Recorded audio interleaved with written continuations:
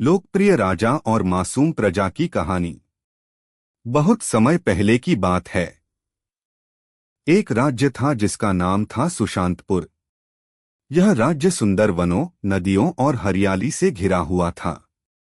वहां के लोग बेहद सरल, ईमानदार और मेहनती थे। लेकिन उस राज्य की सबसे बड़ी विशेषता थी वहां का राजा, राजा समर प्रताप।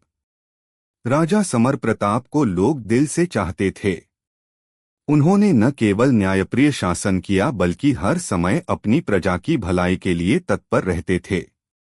वह महलों में नहीं बल्कि गांव-गांव जाकर लोगों की समस्याएं खुद सुनते थे। एक दिन राजा भेष बदलकर गांव की ओर निकले। रास्ते में उन्होंने देखा कि एक बूढ़ा किसान अपने छोटे से खेत में मेहनत कर रहा है। राजा ने पूछा, बाबा, क्या राजा ठीक से शासन कर रहा है? बूढ़े ने मुस्कराकर कहा, महाराज बहुत अच्छे हैं, बस उन्हें बताइएगा कि हमारी नहर सूख गई है। अगर पानी आ जाए तो हम दुगुनी फसल उगा सकें। राजा चुपचाप लौट गए और अगले ही दिन वहां नहर की खुदाई का आदेश दे दिया। एक और घटना में एक मासूम बच्ची गुड़िया बीमार हो गई थी। गांव में डॉक्टर नहीं था। गुड़िया की मां रोती हुई राजधानी पहुंची और महल के बाहर बैठ गई। जब राजा को पता चला तो वे खुद घोड़े पर सवार होकर उस बच्ची को देखने गांव पहुंचे। उन्होंने उसी दिन गांव में एक छोटा चिकित्सालय खुलवाया और उसमें दवाइयों का पूरा इंतजाम कराया। एक निर्णय जिसने राजा को और बड़ा बना दिया। एक दिन दरबार में एक अमीर जमींदार और एक गरीब मजदूर के बीच विवाद हुआ। जमींदार ने मजदूर पर चोरी का झूठा आरोप लगाया।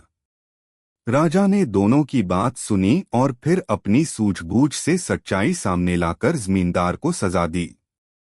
इस फैसले ने राजा की लोकप्रियता को और बढ़ा दिया। राजा समर प्रताप ने सदा अपने राज्य को एक परिवार की तरह संभाला। उन्होंने बार बार कहा, राजा वही जो अपनी प्रजा के आंसू देख सके और मुस्कान लौटा सके। उनके निधन के बाद भी सुशांतपुर के लोग उन्हें याद करते रहे।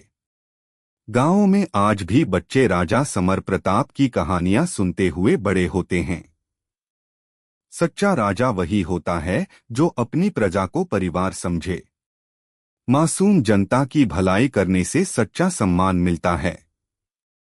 न्याय, दया और सेवा ही अच्छे शासन की नींव हैं।